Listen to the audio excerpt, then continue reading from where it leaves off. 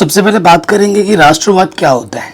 देखो राष्ट्रवाद जो है ना, एक विचारधारा है जो एक राष्ट्र की अभिव्यक्ति, स्वाधीनता, एकता, संघर्ष और सुरक्षा को महत्व देती है। ठीक है, राष्ट्रवाद जैसे हम भारतीय हैं, हम भारत होने के साथ साथ गौरवान्वित महसूस करते हैं, हम उसकी सुरक्षा, उसकी एकता, ठीक है, उसके लिए अपनी जान तक दे सकते हैं। तो ये सारी जो भावना होती है, इस जो विचारधारा होती है, वो राष्ट्रवाद होती है। इसके माध्यम से लोग अपने देश के प्रति समर्पितता, गर्व की भावना व्यक्त करते हैं और राष्ट्र की उन्नति, प्रगति और सुरक्षा के लिए सहयोग का प्रण करते हैं। तो ये होती है राष्ट्रवाद। ठीक है, तो अगर आपसे कोई पूछे राष्ट्रवाद तो आप बता सकते हैं आराम से। अगला जो प्रश्न आता है, अगला जो टॉपिक है, भारत में राष्ट्रवाद की शुरुआत कब हुई। ठीक है, तो देखो सबसे पहले जो शुरुआत हुई थी मार्च 1857 में शुरू हुई। भारतीय स्वतंत्रता संग्राम को हम आमतौर पर 1857 की क्रांति या सिपाही विद्रोही के नाम से जानते हैं। यह घटना स्वतंत्रता संग्राम का आरंभ बनी और इससे ही भारतीय राष्ट्रवाद के प्रभावी आंदोलन की शुरुआत हुई। जो अंग्रेज हैं, जो ईस्ट इंडिया कंपनी, वो भारत में 1600 में आई थी। ठीक है, लेकिन हम पे उन्होंने कूट डाला और हमें राज किया। और ये सब समझने में, करने में हमें बहुत समय लग गया। और सबसे जो शुरुआत हुई आंदोलन की, वो 1857 में शुरू हुई, पहली आंदोलन। ठीक है, जिसे हम सिपाही विद्रोही भी कहते हैं। भारत में ब्रिटिश साम्राज्य का जो स्वरूप है वो कैसा रहा। 1608 में क्या हुआ, अब 24 अगस्त 1608 को सूरत में ब्रिटिश भारत में उतरे। ठीक है, फिर क्या हुआ, 1757 में प्लासी का युद्ध ईस्ट इंडिया कंपनी और बंगाल के नवाब के बीच लड़ा गया। भारत में ब्रिटिश शासन की उस समय पे क्या हो गई, शुरुआत हो गई। 1857 में सबसे पहली क्रांति हुई, जिसे हम सिपाही विद्रोह भी कहते हैं, और यहीं से हमारे राष्ट्रवाद की शुरुआत हुई। ठीक, और 1947 में भारत को अंग्रेजों से हमें आज़ादी मिली। हमारा देश कब आज़ाद हुआ था, 15 अगस्त 1947 को। अब हम बात करेंगे पहला विश्व युद्ध, खिलाफत और असहयोग, ये सब क्या है। देखो, सबसे पहला जो प्रथम विश्व युद्ध, अब तक 2 विश्व युद्ध लड़े जा चुके हैं। पहला विश्व युद्ध 1914 ने संपूर्ण विश्व में एक नई आर्थिक और राजनीतिक स्थिति का निर्माण किया। इस युद्ध के दौरान भारत को अनेक परेशानियों का सामना करना पड़ा। ठीक है, इस वर्ल्ड वॉर फर्स्ट में आप देख सकते हैं इन चित्रों में वर्ल्ड वॉर की स्थिति में ये चित्र लिए गए हैं। इसमें क्या हुआ, जो वर्ल्ड वॉर, भारत तो गुलाम था, भारत के लोगों को जबरदस्ती इस युद्ध में झोंका गया, ना चाहते हुए भी। इससे क्या हुआ, रक्षा जो व्यय है उसमें वृद्धि हुई, क्योंकि जब युद्ध लड़ेगा तो गोला बारूद, बंदूक, इन सब चीज़ों का प्रयोग हो रहा है, और वो तो ऐसे नहीं आते, उनमें पैसे लगते हैं। इसकी भरपाई के लिए सीमा शुल्क को बढ़ाया गया। जो टैक्स होता है ना, एक देश से दूसरे देश में कोई चीज़ लेते हो या देते हो तो टैक्स लगता है। तो सीमा शुल्क जब बढ़ाते हैं तो जो वस्तु होती है, जैसे ये पेन ही अगर हमें खरीदना हो तो इस पेन की कीमत भी बढ़ जाएगी। और आयकर की शुरुआत की गई। वर्ष 1913 से 18 के मध्य खाद्यान्न की कीमतें 2 गुनी हो चुकी थी। जो खाने पीने की वस्तुएं थी ना, इस दौरान दुगनी हो गई थी। सेना में गांव के लोगों की जबरन भर्ती हुई। जो गांव के लोग थे ना, उनकी जबरदस्ती यहाँ भर्ती कराई गई। ठीक है, जबरदस्ती। 1918-19 और 1920-21 में देश के बहुत सारे हिस्सों में फसल खराब हो गई, जिसके कारण खाद्य पदार्थों का भारी अभाव पैदा हो गया। और उसी समय फ्लू की महामारी फैल गई। जैसे कुछ टाइम पहले हमारे यहाँ पर कोविड फैला था ना, तो समय समय पे ना फ्लू फैलता ही रहा है हमेशा। तो एक तो लड़ाई चल रही है प्रथम विश्व युद्ध, और उसके साथ साथ फ्लू भी फैल गया। तो भूखमरी और महामारी से बहुत लोग मारे गए। ठीक है, और 1921 की जनगणना के मुताबिक महामारी और भूखमरी के कारण 120 से 130 लाख लोग मारे गए। सोचो कितने लोग मारे गए। लोगों को उम्मीद थी कि युद्ध खत्म होने के बाद ना उनकी मुसीबतें कम हो जाएंगी, लेकिन ऐसा नहीं हुआ। इसी समय एक नया नेता सामने आया और उसने संघर्ष का एक नया ढंग, एक नया तरीका पेश किया।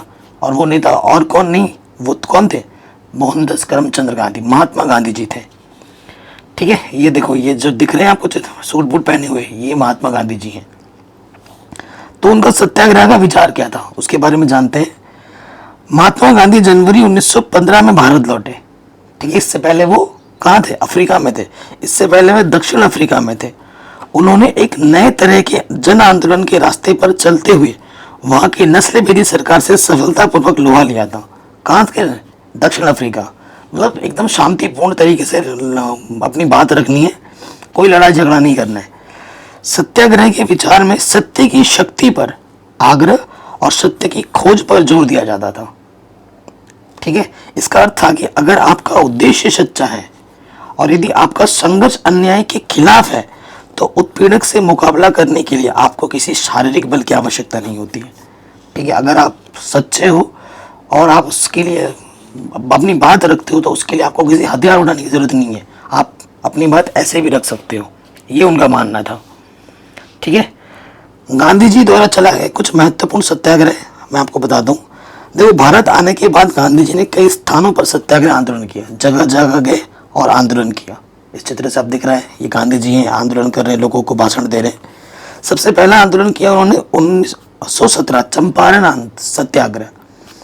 तो ये क्या हो, चंपारण कहाँ है? बिहार में। बिहार के चंपारण में दमनकारी बागान व्यवस्था के खिलाफ किसानों का संघर्ष के लिए प्रेरित किया। पहला सत्याग्रह किया उन्होंने 1917 में। फिर दूसरा किया 1917 में खेड़ा का सत्याग्रह। फसल खराब हो जाने और प्लेग महामारी के कारण गुजरात के खेड़ा जिले के किसान लगान चुकाने की हालत में नहीं थे। वे चाहते थे कि लगान वसूली में ढील दी जाए। अगला जो सत्याग्रह किया गया 1918 में, गांधी जी सूती कपड़ा कारखानों के मजदूरों के बीच सत्याग्रह आंदोलन चलाने अहमदाबाद जा पहुंचे। तो ये 1918 का अहमदाबाद सत्याग्रह था। अब हम बात करेंगे सबसे बुरे एक्ट के बारे में, जिसका नाम है रोलट एक्ट। इस पर प्रश्न एग्जाम में आते हैं। रोलट एक्ट एक आदमी था, उसके नाम पे बना था। इसका नाम है सिडनी रोलट। इन्होंने रोलट कमेटी की अध्यक्षता की थी। ये जो बंदे दिख रहे हैं आपको, ये है रोलट, सिडनी रोलट, इसी के नाम पे बना था रोलट एक्ट। इस कानून के जरिए ना सरकार को किसी भी राजनीतिक कैदी को 2 साल तक बिना मुकदमा चलाए जेल में बंद रखने का अधिकार मिल गया था। मतलब किसी को मन मर्जी वो चाहते पकड़ के जेल में डाल देते, बिना केस किए, बिना मुकदमा चलाए 2 साल तक उसे जेल में रख सकते थे। ये किस लिए किया गया था? भारत में बढ़ती हुई राष्ट्रवादी घटनाओं और असंतोष को दबाने के लिए रोलट एक्ट को लाया गया था, ताकि लोगों में डर पैदा किया जा सके।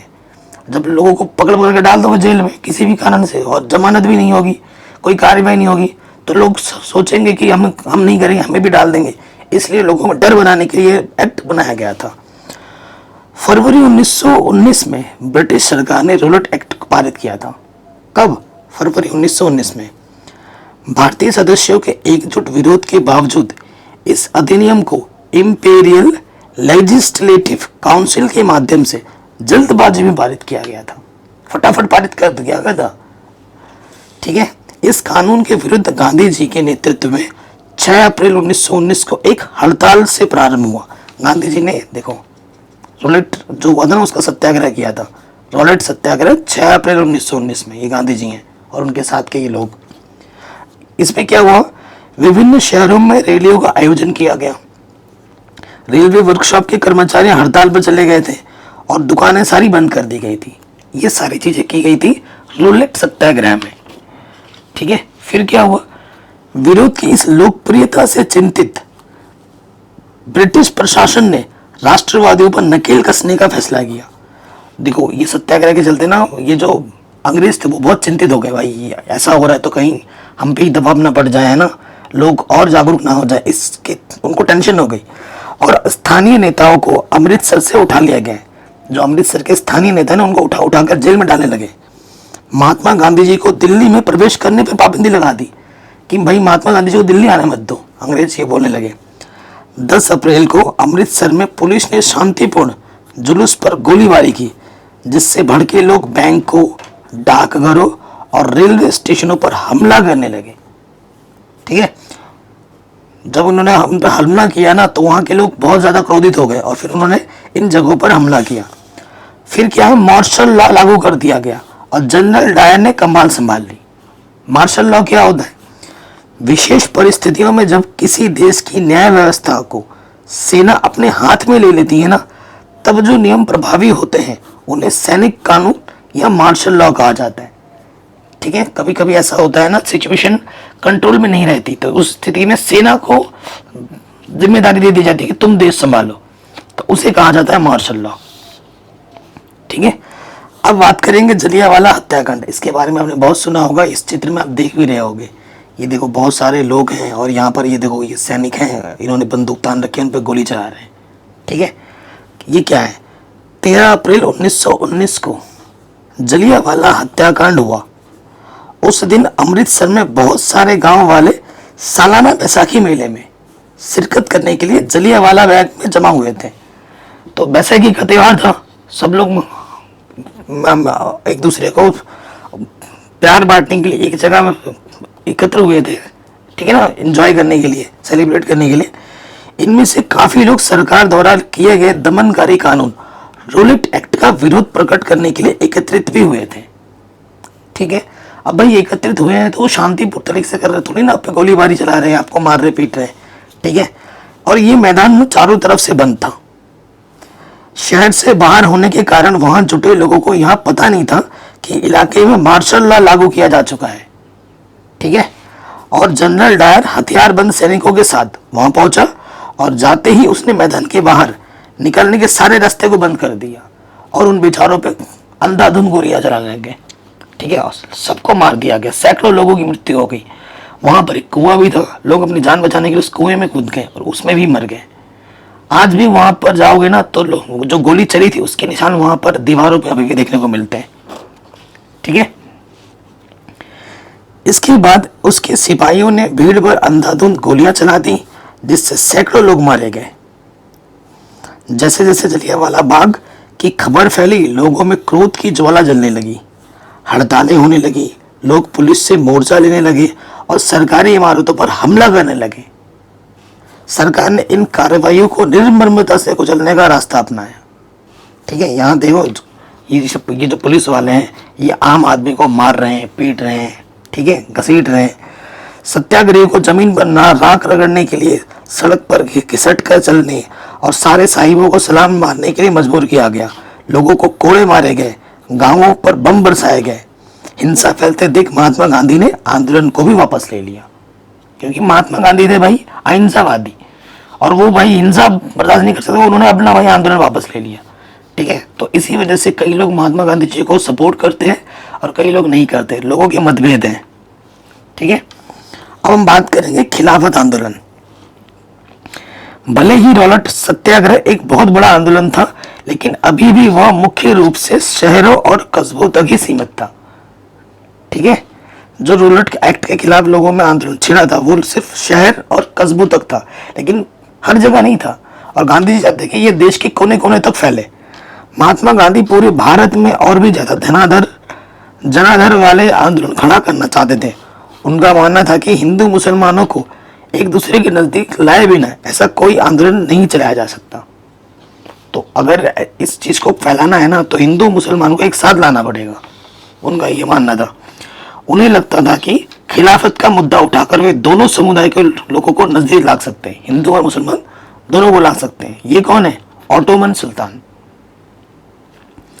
पहले विश्व युद्ध में ऑटोमन तुर्की की हार हो चुकी थी। ठीक है, इस आशय की अफवाहें फैली हुई थी कि ब्रिटिश इस्लामिक विश्व के आध्यात्मिक नेता खलीफा ऑटोमन सम्राट की शक्तियों को समाप्त करना चाहता है। ठीक है, यह है खिलाफत का मुद्दा। इस मुद्दे को उठाकर दोनों भाई लोगों को एक साथ करना चाहते थे। मुस्लिम समुदाय इसे अनुचित मानते थे और अपने धार्मिक सामाजिक अधिकारों की सुरक्षा के लिए उन्होंने इसका सख्त विरोध किया। ठीक है, खलीफा की तात्कालिक शक्तियों की रक्षा के लिए मार्च 1919 में बंबई में खिलाफत समिति का गठन किया गया। शक्तियों की रक्षा करने के लिए एक कमेटी बनाई गई और जिसका नाम रखा गया खिलाफत समिति। ठीक है, इसमें मोहम्मद अली, शौकत अली बंधुओं ने इस मुद्दे पर संयुक्त जान कार्रवाई की संभावना तलाशने के लिए महात्मा गांधी के साथ चर्चा शुरू कर दी थी। यह है, देखो, यह है अली बंधु, शौकत अली और मोहम्मद अली।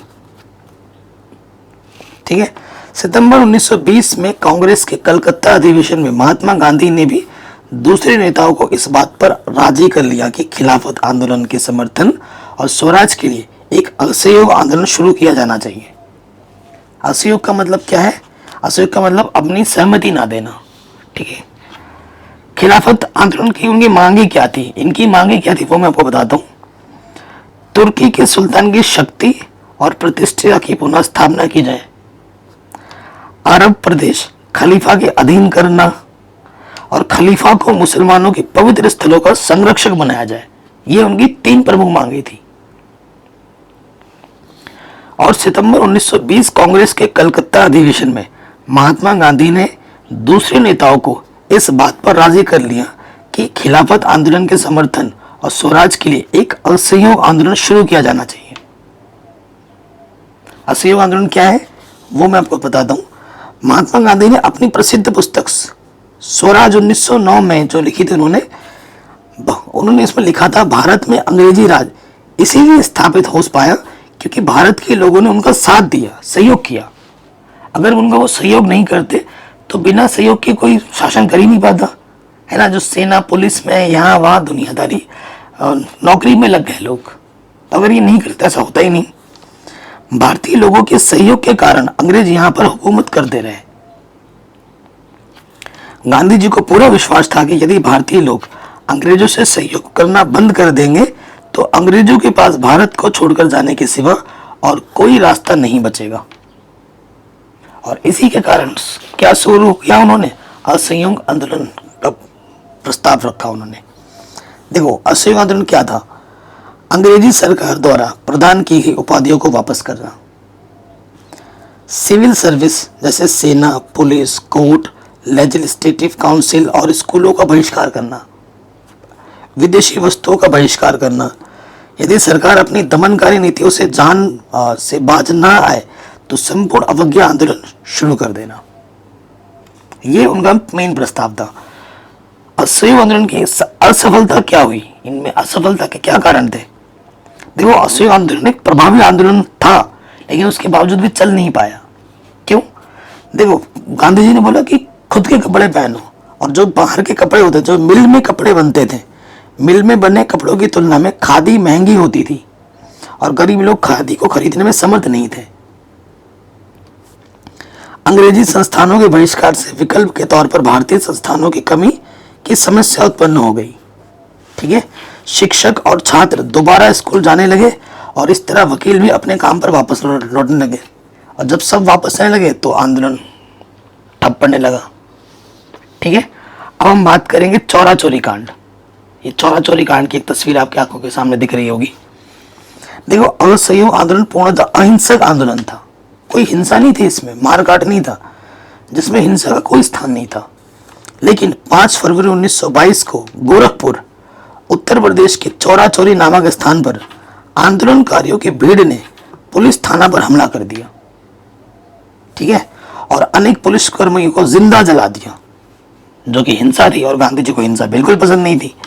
इस घटना से गांधी जी काफी दुखी हुए और उन्होंने तत्काल असहयोग आंदोलन को वापस ले लिया और इसी घटना को चौरा चोरी घटना कहा जाता है और ये हुआ था 5 फरवरी 1922 को। ठीक है। अब हम बात करेंगे सविनय अवज्ञा। महात्मा गांधी ने चौरा चोरी कांड से दुखी होकर फरवरी 1922 में असहयोग आंदोलन को वापस लेने का फैसला किया और गांधी जी ने अनुभव किया कि सामूहिक संघर्षों के लिए तैयार होने से पहले उन्हें सत्याग्रहियों जो आंदोलनकारी हैं उनको प्रशिक्षित करने की आवश्यकता है। ठीक है। जो आंदोलनकारी हैं उनको समझाना जरूरी है कि ऐसा नहीं करना है, किस तरीके से आंदोलन करना है, उनको बताना जरूरी है। अब हम बात करेंगे कांग्रेस के अंतर्गत अलग अलग विचार।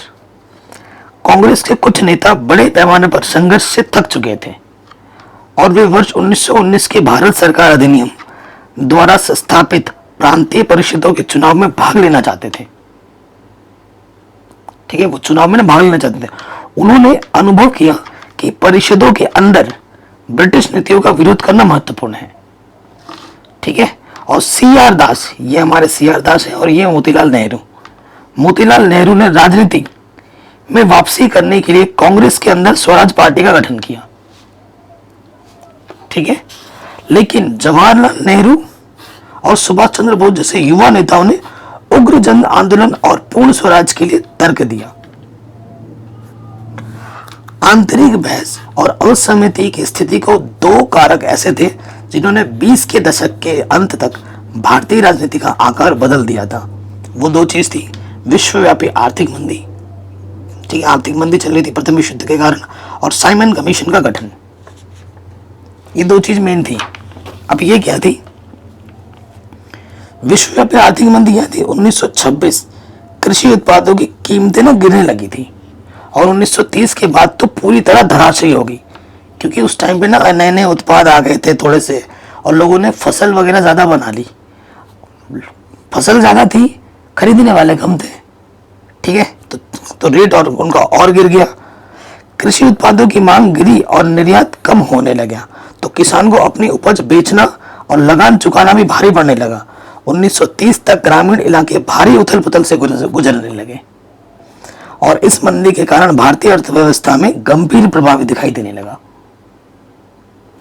जिसमें अर्थव्यवस्था संकट में घुस गई, और इसके परिणाम स्वरूप भारतीय राजनीति और सामाजिक संघर्ष में बहुत सारे परिवर्तन देखने को मिले। अब हम बात करेंगे साइमन कमीशन के गठन के बारे में। ये साइमन कमीशन का गठन है, और ये सर जॉन साइमन है, ठीक है। ब्रिटेन की नई टोरी सरकार ने सर जॉन साइमन के नेतृत्व में एक वैधानिक आयोग साइमन कमीशन का गठन कर दिया, और इस कमीशन में ना कोई भी हिंदू बोलो, कोई भी भारतीय नहीं था, ठीक है। राष्ट्रवादी आंदोलन के जवाब में गठित किए गए इस आयोग को भारत में संवैधानिक व्यवस्था की कार्यशैली का अध्ययन करना था, और इसके बारे में सुझाव देने थे कि भाई कार्यशैली इनकी कैसी है, और इनके ये अच्छा कर रहे हैं या बुरा कर रहे हैं, क्या इनके बारे में उनको सुझाव देना था। इस आयोग में एक भी भारतीय सदस्य नहीं था, सारे अंग्रेज थे। वर्ष 1928 में जब साइमन कमीशन भारत आया, तो उसका स्वागत साइमन कमीशन वापस जाओ नारे के साथ किया गया। कांग्रेस और मुस्लिम लीग सहित सभी दलों ने प्रदर्शनों में भाग लिया, ठीक है। साइमन कमीशन भाग जाओ, सारे लोगों ने मिलकर उसका विरोध किया था। अब बात आती है पूर्ण स्वराज्य की मांग। इस विरोध को शांत करने के लिए वायसराय लॉर्ड इरविन ने अक्टूबर 1929 में भारत के लिए आधिकारिक स्थिति, डोमिनियन स्टेटस का अनिश्चित प्रस्ताव और भविष्य के संविधान पर चर्चा करने के लिए एक गोलमेज सम्मेलन का ऐलान कर दिया, और इन्होंने इस बारे में कोई समय सीमा भी नहीं बताई। दिसंबर 1929 में जवाहरलाल नेहरू की अध्यक्षता में कांग्रेस के लाहौर अधिवेशन में पूर्ण स्वराज्य की मांग को औपचारिक रूप से स्वीकार मिल चुका था, और यह घोषित किया गया कि 26 जनवरी 1930 को स्वतंत्रता दिवस के रूप में मनाया जाएगा। बताओ, लेकिन हम आजाद कब हुए? 1947 में। अब बात करेंगे नमक टैक्स के बारे में, नमक कर के बारे में। देखो, देश को एकजुट करने के लिए महात्मा गांधी ने नमक को एक शक्तिशाली प्रतीक के रूप में देखा।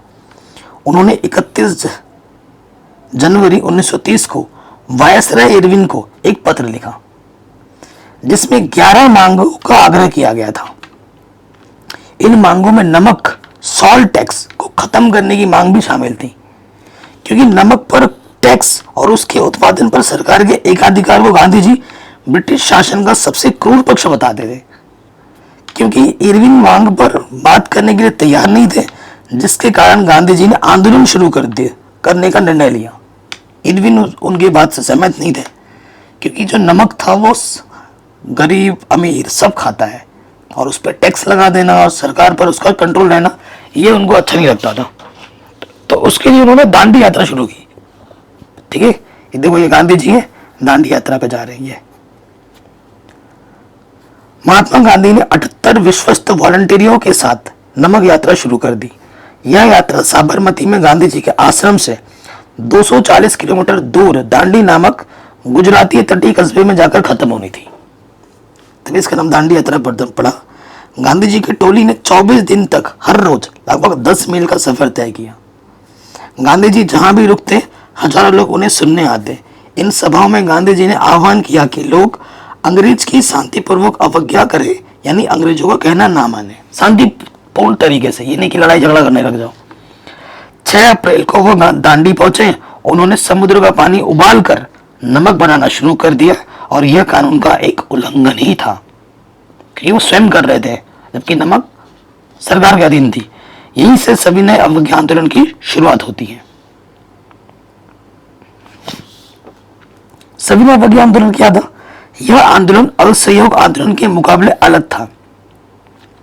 इस बार लोगों को न केवल अंग्रेजों का सहयोग न करने के लिए बल्कि औपनिवेशिक कानूनों का उल्लंघन करने के लिए आह्वान किया जाने लगा। जैसे नमक तुम खुद बना लो, खुद, ठीक है, खुद के कपड़े पहन लो, ये सब चीजें करने के लिए बोला गया। इस आंदोलन के अंतर्गत विदेशी कपड़े का बहिष्कार किया गया, शराब की दुकानों का विरोध किया गया, किसानों ने राजस्व और चौकीदारी कर देने से भी इनकार कर दिया, टैक्स नहीं देंगे हम इनका। गांव के अधिकारियों ने इस्तीफा दे दिया। कई जगहों पर वनीय लोगों ने, जो वन में रहते हैं, जंगल में रहते हैं, वन कानूनों का भी उल्लंघन किया, जंगल के कानून का। इस आंदोलन से परेशान होकर औपनिवेशिक सरकार ने कांग्रेसी नेताओं को एक एक करके गिरफ्तार करना शुरू कर दिया और उनको जेल में डालना शुरू कर दिया। और इसके बाद हुई गांधी इरविन समझौता, जिसे दिल्ली समझौता के नाम से भी जाना जाता है। ये इरविन है, ये गांधी जी हैं। सविनय अवज्ञा आंदोलन की व्यापकता ने अंग्रेजी सरकार को समझौता करने के लिए बाध्य कर दिया। 5 मार्च 1931 को वायसराय लॉर्ड इरविन और गांधी जी के बीच एक समझौता हुआ, जिसे दिल्ली समझौता के नाम से भी जाना जाता है। इसके तहत गांधी जी ने आंदोलन को स्थगित कर दिया और वे द्वितीय गोलमेज सम्मेलन में भाग लेने हेतु सम्मत हो गए। ठीक है, अब हम बात करेंगे सविनय अवज्ञा आंदोलन की पुनः स्थापना क्यों हुई। देखो, यह है अब्दुल गफ्फार खान और यह है जवाहरलाल नेहरू। दिसंबर 1931 में गांधी जी ने गोलमेज सम्मेलन के लिए लंदन गए थे, लेकिन इस सम्मेलन का कोई लाभ नहीं हुआ और वे भारत वापस आ गए। कांग्रेस को अवैध घोषित किया गया और अब्दुल गफ्फार खान और जवाहरलाल नेहरू दोनों जेल में बंद थे। इसीलिए महात्मा गांधी ने सविनय अवज्ञा आंदोलन को पुनः शुरू कर दिया। इन दोनों को जेल में डाल दिया गया था। यह आंदोलन 1 वर्ष के लिए जारी रखा, लेकिन 1934 तक इस आंदोलन का प्रभाव कम होने लगा था धीरे धीरे। ठीक है, विभिन्न समूहों के आंदोलन का क्या अर्थ था? जैसे समृद्ध किसान। समृद्ध किसान आमतौर पर सरदार लोग जो होते हैं, पंजाबी लोग, उनकी बस खेती बाड़ी ज्यादा होती है आम लोगों की तुलना में, आपने ये कम देखा होगा। ग्रामीण इलाकों में गुजरात के पाटीदार, उत्तर प्रदेश के जाट जैसे समृद्ध किसान समुदाय सविनय अवज्ञा आंदोलन के उत्साही समर्थक थे। क्यों? क्योंकि उनको टैक्स बहुत देना पड़ता था खेती करने के लिए। इनके लिए स्वराज की लड़ाई भारी लगान के विरुद्ध थी।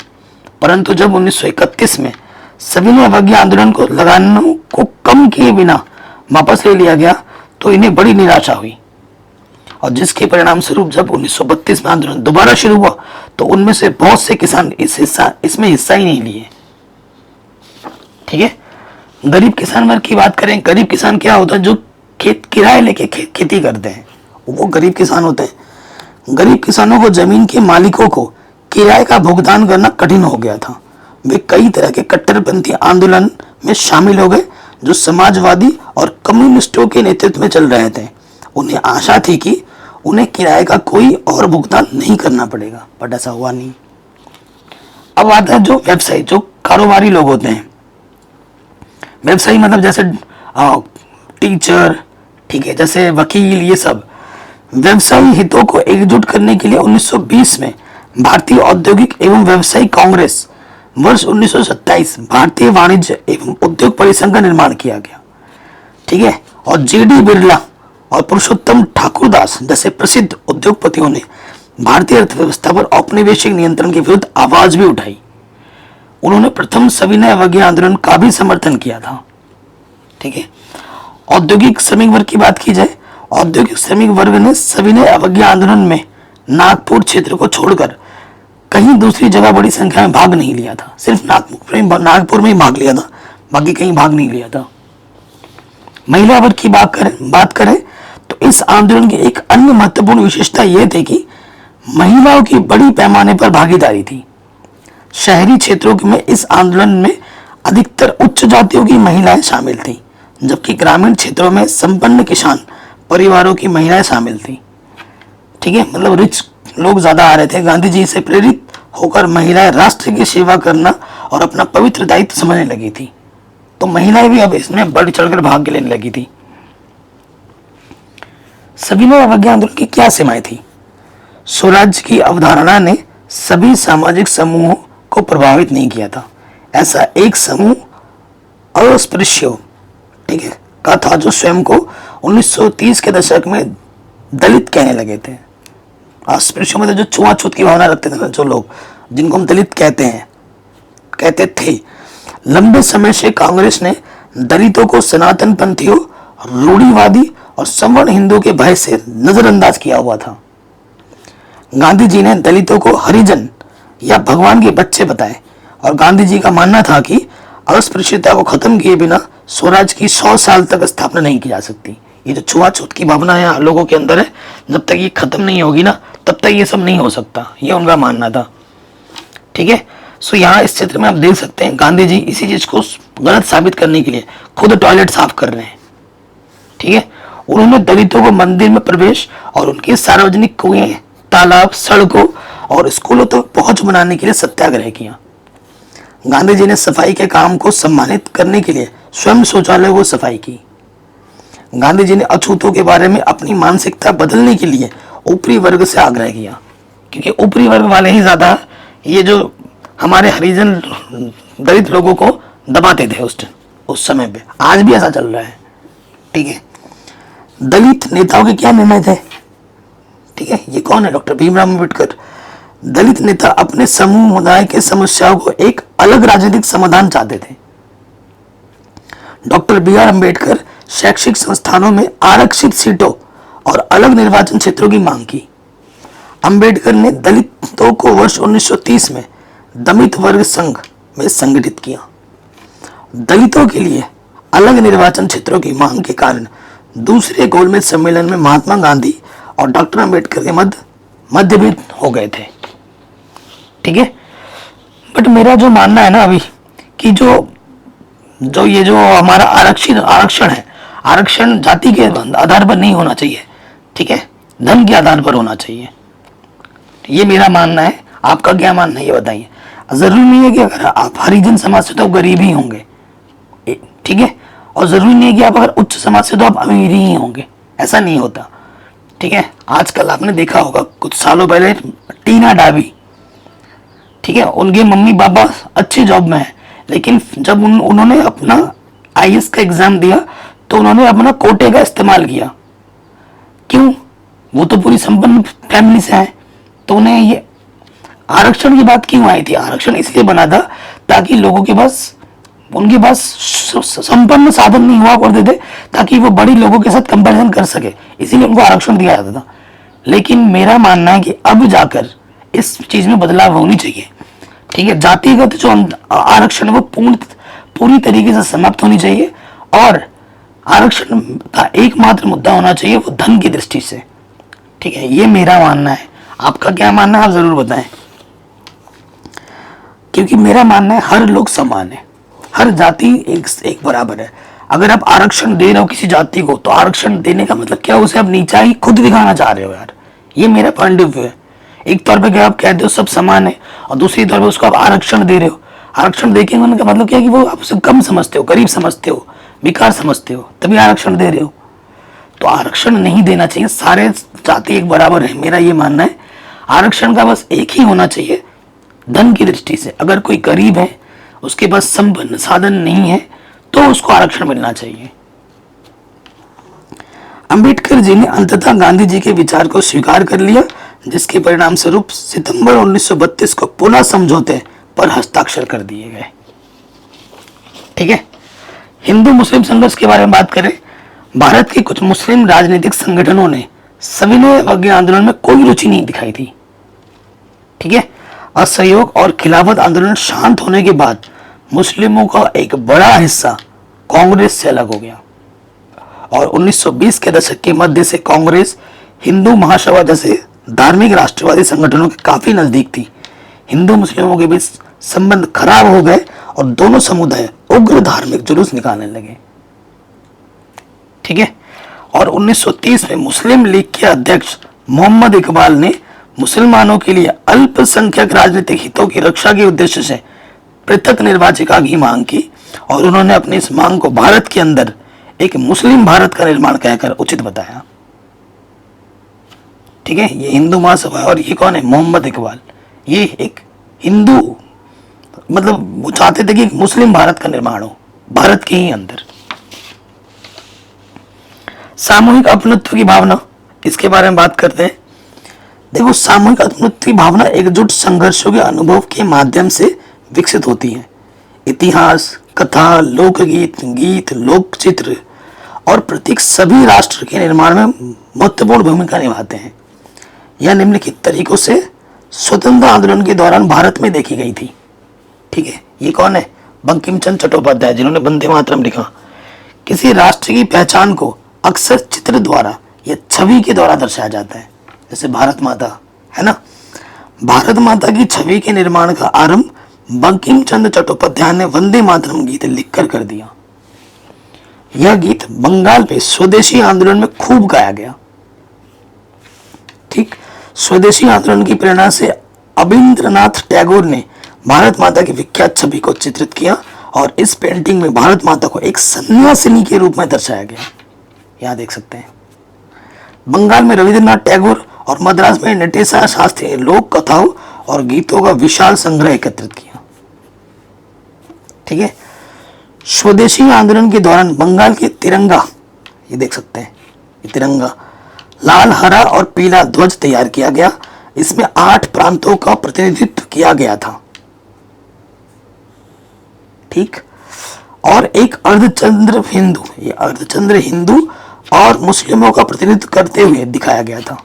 ये अर्धचंद्र है, हिंदू और मुस्लिम दोनों का प्रतिनिधित्व कर रहा था। वर्ष 1921 तक गांधी जी ने स्वराज्य ध्वज को तैयार कर लिया था, जिसमें तिरंगा है जो आज भी है और इसमें एक चक्र रखा था। आज तो ये हटा के क्या कर दिया गया, अशोक की चक्र है, जिसमें केंद्र में एक चरखा था जो गांधी जी के आदर्श का प्रतिनिधित्व करता था। भारतीय प्राचीन इतिहास के माध्यम से राष्ट्रवाद, देखिए ये हमारी क्या है, भारत माता है। राष्ट्रवाद की भावना उत्पन्न करने का एक अन्य साधन इतिहास की पुनः व्याख्या करना था। राष्ट्रवादी लेखकों ने पाठकों से आग्रह किया कि वे भारत की महान उपलब्धियों पर गर्व करें और ब्रिटिश शासन के अंतर्गत जीवन की दयनीय स्थिति को बदलने के लिए संघर्ष करें। लोगों के एकीकरण की कुछ समस्याएं थी।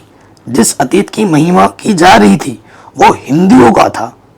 जो छवियां बनाई गई वे हिंदू प्रतीक थे, इसीलिए अन्य समुदाय के लोग स्वयं को अलग समझने लगे थे इन चीजों से। ठीक है, निष्कर्ष क्या हुआ? अंग्रेजी सरकार के विरुद्ध बढ़ता गुस्सा विभिन्न भारतीय समूह और वर्गों को स्वतंत्रता के साझा संघर्ष की ओर अग्रसर कर रहा था। महात्मा गांधी के नेतृत्व में कांग्रेस ने लोगों के असंतोष, परेशानियों को स्वतंत्रता के संगठित आंदोलन में समाहित करने का प्रयास किया। लेकिन इन आंदोलनों में हिस्सा लेने वाले विभिन्न समूह और वर्ग अलग अलग आकांक्षाओं और अपेक्षाओं के साथ हिस्सा ले रहे थे। सब लोग जो आ रहे थे उनकी अलग अलग अपेक्षाएं थी, अलग अलग आशाएं थी, उनकी शिकायतें बहुत व्यापक थी। इसलिए औपनिवेशिक शासन से मुक्ति का भी सबके लिए अपना अपना अर्थ था। संक्षेप में, जो राष्ट्र उभर रहा था वो औपनिवेशिक शासन से मुक्ति की चाह रखने वाली बहुत सारी आवाजों का पुंज था। ठीक है, तो इस तरीके से ये चैप्टर मैंने अभी आपको समझा दिया है पूरा वन शॉट में। ठीक है, किताबी लैंग्वेज से हटकर आपको पसंद आई होगी। अब मैं इसके क्वेश्चन आंसर बताने जा रहा हूं, जिसमें आपके ऑब्जेक्टिव और सब्जेक्टिव दोनों टाइप के प्रश्न होंगे। ठीक है, अगर इस वीडियो को पूरा देख लेते हो ना तो सारे प्रश्न यहीं से आते हैं। और अगर इसकी इस नोट्स की अगर आपको PDF चाहिए तो आपको हमारा जो पेड कोर्स है वो ज्वाइन करना पड़ेगा, जिसकी लिंक्स मिल जाएगी डिस्क्रिप्शन में। देखो, भारतीय राष्ट्रीय कांग्रेस की स्थापना कब हुई थी? 1855 ईस्वी में। ठीक है, मैं 4 ऑप्शन पढ़ के आपका समय बर्बाद नहीं करूंगा। भारत में राष्ट्रवादी लोक गीतों और जनश्रुतियों को इकट्ठा करने के लिए गांव गांव क्यों घूम रहे थे? इसलिए कि राष्ट्रवादी ने इसलिए किया जिससे कि परंपरागत संस्कृति की सही तस्वीर पेश की जा सके। वंदे मातरम गीत के लेखक कौन थे? बंकिम चंद्र चटर्जी। हिंद स्वराज नामक पुस्तक के रचयिता कौन थे? महात्मा गांधी।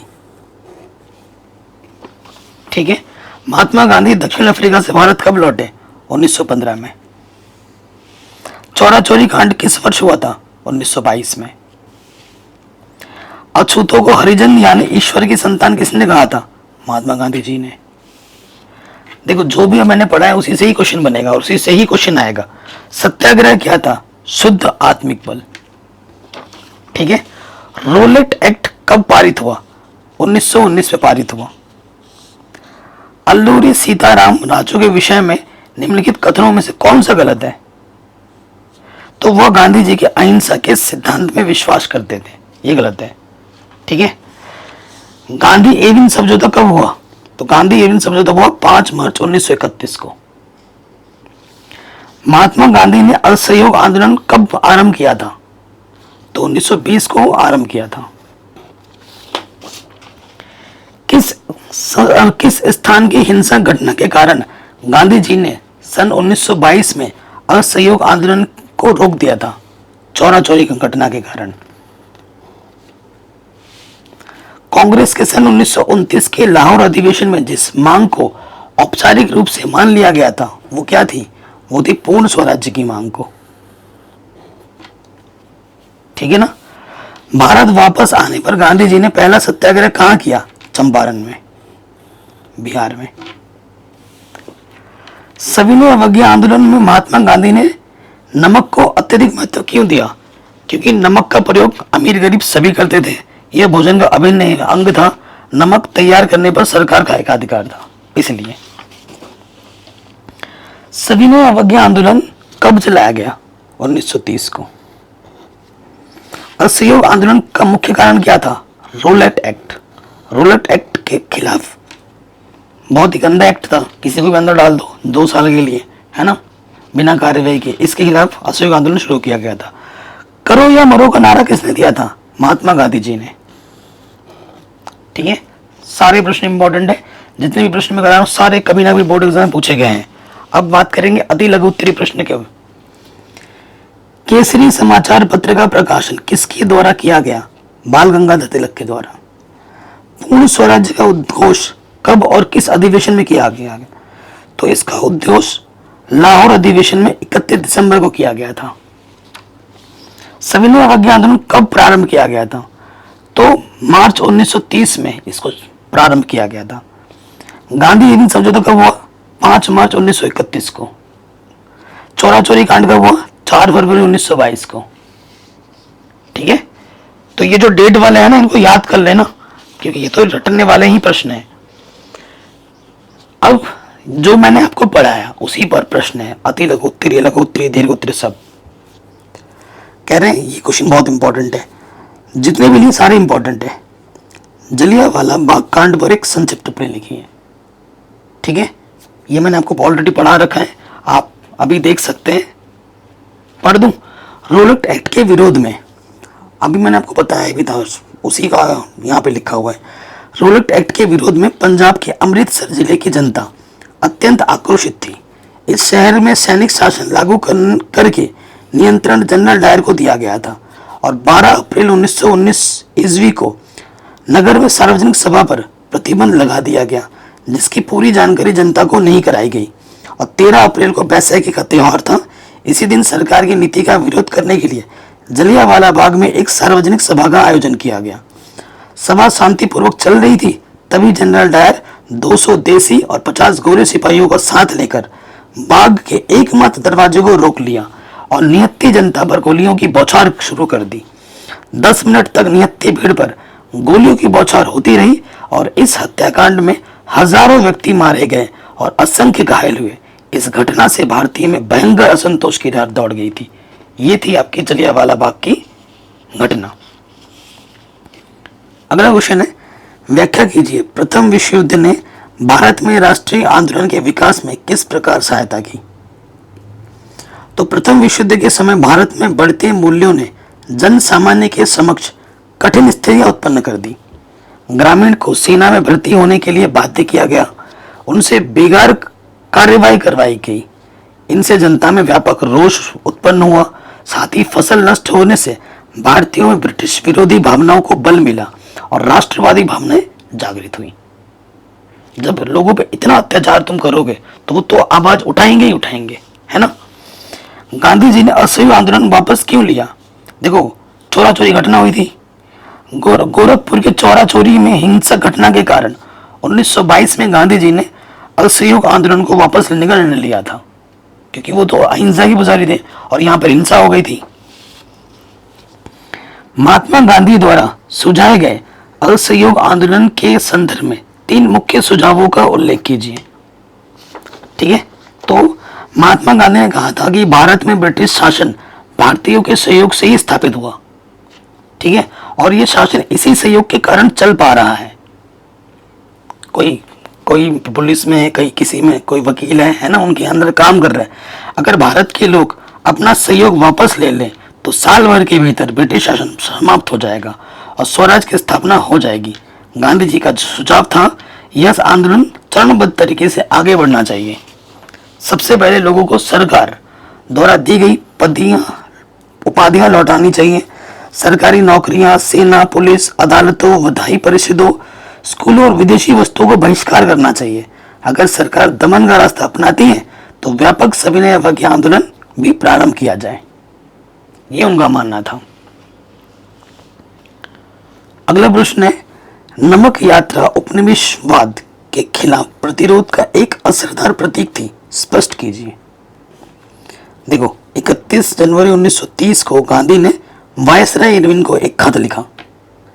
इस खत में उन्होंने 11 मांग का उल्लेख किया था। उनमें से कुछ सामान्य मांगे थी, जबकि कुछ मांगे उद्योगपतियों से लेकर किसानों तक विभिन्न वर्गों से जुड़ी हुई थी। गांधी जी ने इन मांगों के माध्यम से समाज के सभी वर्गों को अपने साथ जोड़ना चाहते थे ताकि सभी उनके अभियान में शामिल हो सकें। इसमें सर्वाधिक प्रमुख मांग नमक कर को समाप्त करने के बारे में थी। जो नमक पर टैक्स लग रहा है उनको खत्म करने के बारे में थी। सफलतापूर्वक नमक यात्रा निकालकर गांधी जी ने औपनिवेशिक ब्रिटिश सरकार को अपने सत्याग्रह के तरीके से उत्तर दिया और नमक यात्रा वास्तव में उपनिवेशवाद के विरुद्ध प्रतिरोध का एक सबसे बड़ा प्रतीक थी। अगला क्वेश्चन है, भारत के व्यवसायी वर्ग ने सविनय अवज्ञा आंदोलन का समर्थन क्यों किया? जो व्यवसायी वर्ग थे उन्होंने समर्थन क्यों दिया? प्रथम विश्व युद्ध की अवधि में भारतीय व्यापारियों और उद्योगपतियों ने अत्यधिक लाभ कमाया था, जिससे वे शक्तिशाली हो चुके थे। अपने कारोबार को फैलाने के लिए उन्होंने ऐसी औपनिवेशिक नीतियों का विरोध किया जिनके कारण उनकी व्यावसायिक गतिविधियों में रुकावट आती थी। वे विदेशी वस्तुओं के आयात से सुरक्षा चाहते थे और रुपया स्टर्लिंग विदेशी विनिमय अनुपात में परिवर्तन चाहते थे, जिससे आयात में कमी आ जाए ताकि उनका फायदा हो। व्यावसायिक हितों को संगठित करने के लिए उन्होंने 1920 में भारतीय औद्योगिक और व्यावसायिक कांग्रेस, ठीक है, और 1927 में भारतीय वाणिज्य और उद्योग परिसंघ का गठन किया। पुरुषोत्तम दास ठाकुर और जेडी बिड़ला जैसे जाने माने उद्योगपतियों ने के नेतृत्व में उद्योगपतियों ने भारतीय अर्थव्यवस्था पर औपनिवेशिक नियंत्रण का विरोध किया और सविनय अवज्ञा आंदोलन का समर्थन किया। भाई सभी अपना फायदा देखते हैं, ठीक है, तो ये बड़े बड़े उद्योगपति अपना फायदा चाहते थे, इसीलिए उन्होंने इनका समर्थन किया था। अगला है क्वेश्चन, भारत में प्रथम विश्व युद्ध के दौरान उत्पन्न हुई नई आर्थिक राजनीतिक स्थितियों की व्याख्या कीजिए। ठीक है, तो क्या था? प्रथम विश्व युद्ध के कारण रक्षा व्यय में भारी वृद्धि हुई। भाई गोला बारूद बंदूक जब चलाओगे तो रक्षा बजट तो बढ़ेगा ही बढ़ेगा। इस खर्चे की भरपाई के लिए टैक्स बढ़ा दिया गया और ठीक है, ऋण लिए गए और टैक्स बढ़ा दिया गया, सीमा शुल्क बढ़ा दिया गया, आयकर लागू कर दिया गया, जिसके कारण कीमतें तेजी से बढ़ने लगी। खाद्य चीजों की जो खाद्य सामग्री थी वो दुगना रेट में बिकने लगा। ठीक है, गांवों के सिपाहियों की जबरन भर्ती की गई, जिससे ग्रामीण क्षेत्रों में व्यापक गुस्सा फैल गया। इन सब कारणों से भारतीय एकजुट होने लगे और भारत में राष्ट्रवाद की भावना बढ़ने लगी।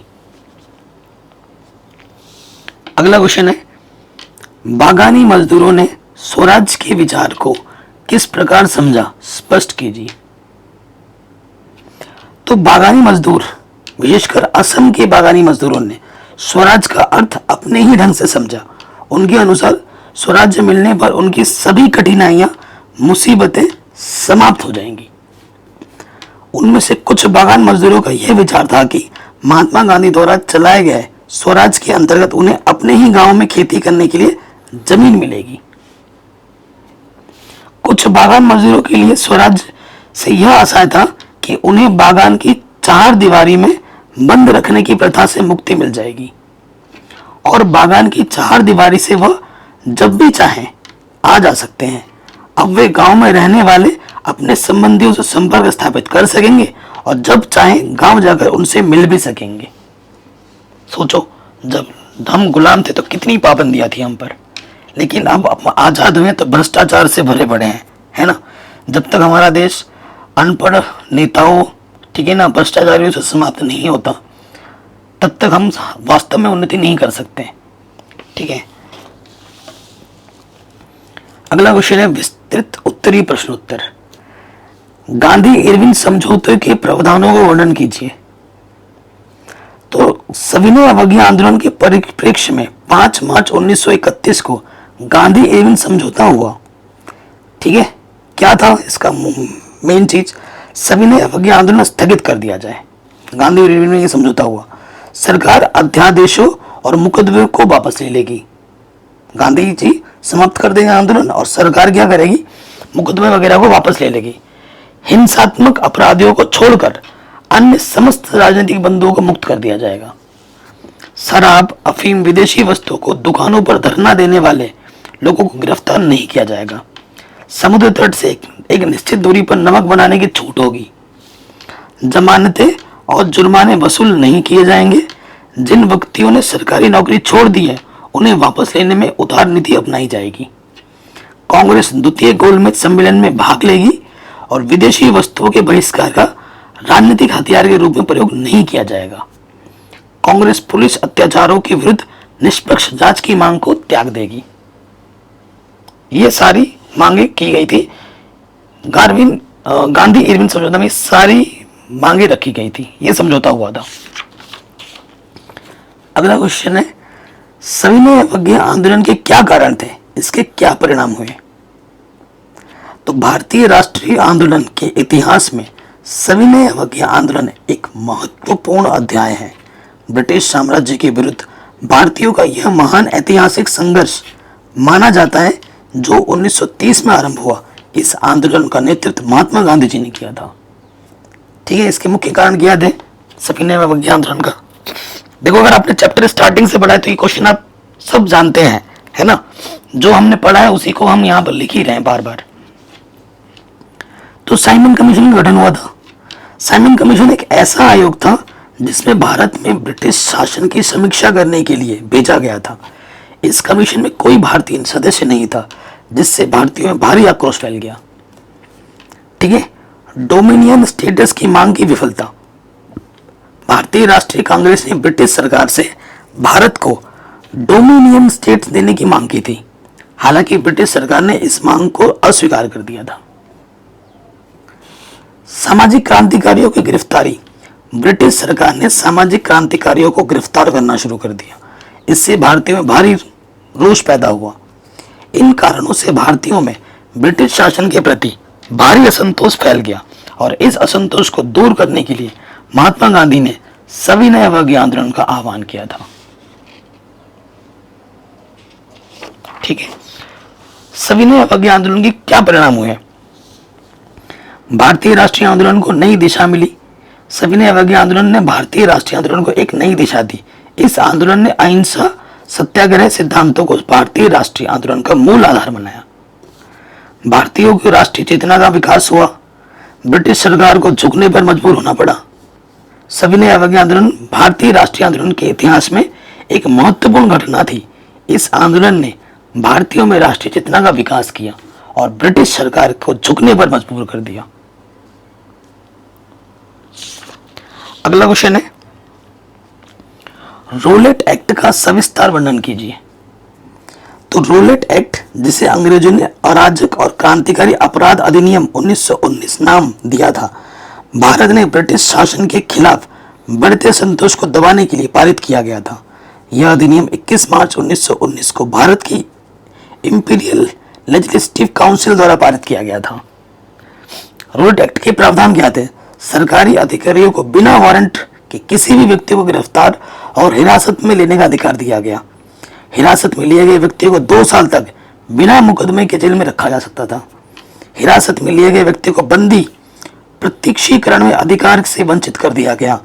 रोलेट एक्ट के पारित होने से भारतीयों में भारी आक्रोश फैल गया और महात्मा गांधी ने रोलेट एक्ट का विरोध करने के लिए देश में हड़ताल और विरोध प्रदर्शनों का आह्वान किया। रोलेट एक्ट के परिणाम स्वरूप भारत में स्वतंत्रता आंदोलन को एक नई गति मिली और इस अधिनियम ने भारतीयों में ब्रिटिश शासन के प्रति भारी असंतोष पैदा किया और उन्हीं स्वतंत्रता के लिए अधिक लड़ने के लिए प्रेरित हुए। तो रोलेट एक्ट के प्रमुख परिणाम क्या थे? प्रमुख परिणाम में भारतीय राष्ट्रीय आंदोलन को एक नई दिशा मिली, भारतीयों में राष्ट्रीय चेतना का विकास हुआ, ब्रिटिश सरकार को भारतीयों की मांगों को लेकर गंभीरता से सोचने के लिए मजबूर होना पड़ा। रोलेट एक्ट भारतीय राष्ट्रीय आंदोलन के इतिहास में एक महत्वपूर्ण घटना थी। इस अधिनियम ने भारतीयों को राष्ट्रीय चेतना का विकास किया और उन्हें स्वतंत्रता के लिए और अधिक लड़ने के लिए प्रेरित किया। ठीक है, आगे बात करते हैं। टिप्पणी लिखनी है। जलियांवाला बाग पे तो मैंने ऑलरेडी टिप्पणी करवा दी है, ठीक है, इसको तो हम स्किप कर देंगे, बार बार आते हैं। 26 जनवरी 1930 का महत्व, इस पर टिप्पणी करते हैं। देखो, असहयोग आंदोलन की असफलता के बाद दिसंबर 1930 में ना पंडित जवाहरलाल नेहरू की अध्यक्षता में कांग्रेस का अधिवेशन लाहौर में हुआ। इस अधिवेशन में कांग्रेस ने अपना लक्ष्य भारत की पूर्ण स्वाधीनता घोषित किया और स्वाधीनता की मांग के साथ ही 26 जनवरी 1930 को स्वाधीनता दिवस के रूप में मनाने की घोषणा की। ठीक है, शपथ लिया गया कि हमारा विश्वास है कि किसी भी समाज की तरह भारतीय जनता का भी यह एक अहरणीय अधिकार है कि उन्हें आज़ादी मिले, अपनी मेहनत का फल मिले और जीवन की सभी आवश्यकताएं पूरी हों, जिससे उन्हें आगे बढ़ने की पूरा अवसर मिले। हमारा यह भी विश्वास है कि यदि कोई भी सरकार अपनी जनता को इन अधिकारों से वंचित रखती है और दबाती है तो जनता को भी सरकार को बदलने या उसे समूल समाप्त करने का पूरा अधिकार होगा। तो ये थी हमारी, ठीक है, 26 जनवरी 1930 पूर्ण स्वाधीनता का शपथ पत्र का अधिकार। जलियांवाला तो मैंने ऑलरेडी आपको बता दिया है। ठीक, अगला क्वेश्चन है, भारत में सांस्कृतिक प्रक्रिया ने सामूहिक अपनेपन का भाव किस प्रकार विकसित किया? तो देखो, राष्ट्र की पहचान अधिकतर किसी चित्र में अंकित की जाती है। जैसे 20वीं सदी में राष्ट्रवाद के विकास के साथ भारत की पहचान भारत माता की छवि के रूप में की जाती थी। ऐसी पहचान बनाने में बंकिम चंद्र चट्टोपाध्याय द्वारा रचित वंदे मातरम गीत का बड़ा हाथ रहा। ऐसे गीत जब लोगों द्वारा मिलकर गाए जाते तो अवश्य ही सामूहिक अपनेपन की भावना विकसित होती थी। कई बार लोक कथाओं, लोक गीतों और सामूहिक अपनेपन के भाव में पनपने में काफी सहायता मिलती थी इनमें। ठीक है, ये सब होता था। टिप्पणी लिखनी, चौरी चौरी घटना, गांधी जी की दांडी यात्रा। तो चौरी चौरी घटना सब पढ़ रखा है। चौरी चौरी उत्तर प्रदेश में गोरखपुर के पास का एक कस्बा है, जहां 4 फरवरी 1922 को भारतीयों ने ब्रिटिश सरकार की एक पुलिस चौकी को आग लगा दी थी, जिसमें 22 पुलिस कर्मचारी जिंदा जलकर मर गए थे। इस घटना को चौरी चौरा कांड के नाम से जाना जाता है। इसके फलस्वरूप गांधी जी ने कहा था कि हिंसा के होने के कारण असहयोग आंदोलन उपयुक्त नहीं रह गया है और उसे हम वापस ले लिया जाता है। इस घटना के तुरंत बाद गांधी जी ने असहयोग आंदोलन को समाप्त कर दिया और बहुत से लोगों को गांधी जी का यह निर्णय उचित नहीं लगा। विशेषकर क्रांतिकारियों ने इसका प्रत्यक्ष या परोक्ष विरोध किया। कांग्रेस के गया अधिवेशन में राम प्रसाद बिस्मिल और उसके नौजवान सहयोगियों ने गांधी जी का विरोध भी किया था। गांधी जी की दांडी यात्रा आपको पता ही था, नमक कर के विरोध में उन्होंने शुरू किया था। ठीक है, तो सविनय अवज्ञा आंदोलन का प्रारंभ दांडी यात्रा की ऐतिहासिक घटना से हुआ था। इसमें गांधी जी और गुजरात विद्यापीठ साबरमती आश्रम के 79 सदस्यों ने भाग लिया था। 12 मार्च 1930 को गांधी जी ने अपने साथियों के साथ साबरमती आश्रम से दांडी के लिए प्रस्थान किया और 200 मील की दूरी पैदल 24 दिन तक तय की। जगह जगह वह रुकते हैं, लोगों से बातें करते, हजारों लोग उनसे मिलने आते, उनको वो समझाते बुझाते, है ना, आंदोलन के बारे में समझाते। महात्मा गांधी 5 अप्रैल 1930 को दांडी पहुंचे और 6 अप्रैल को आत्मशुद्धि के उपरांत गांधी जी ने नमक कानून को भंग किया। इस प्रकार गांधी जी ने नमक कानून का उल्लंघन कर सत्याग्रह का प्रारंभ किया। और डॉक्टर विपिन चंद्र ने लिखा, यह कार्यवाही भारतीय जनता द्वारा अंग्रेजों द्वारा बनाए गए कानूनों के तहत रहने और इस प्रकार के ब्रिटिश शासन के अधीन रहने से इनकार का प्रतीक थी। तो आज की इस वन शॉट वीडियो में मैंने पूरा चैप्टर आपको समझाया, सारे इंपॉर्टेंट क्वेश्चन भी बताए, ऑब्जेक्टिव, सब्जेक्टिव, छोटे बड़े हर टाइप के। और मेरा दावा है इस चैप्टर से बाहर, इस वीडियो से बाहर एक भी क्वेश्चन आपके बोर्ड एग्जाम में नहीं आएगा। मेरा पूरा फुल 100% दावा है। तो वीडियो को हर जगह शेयर जरूर करें।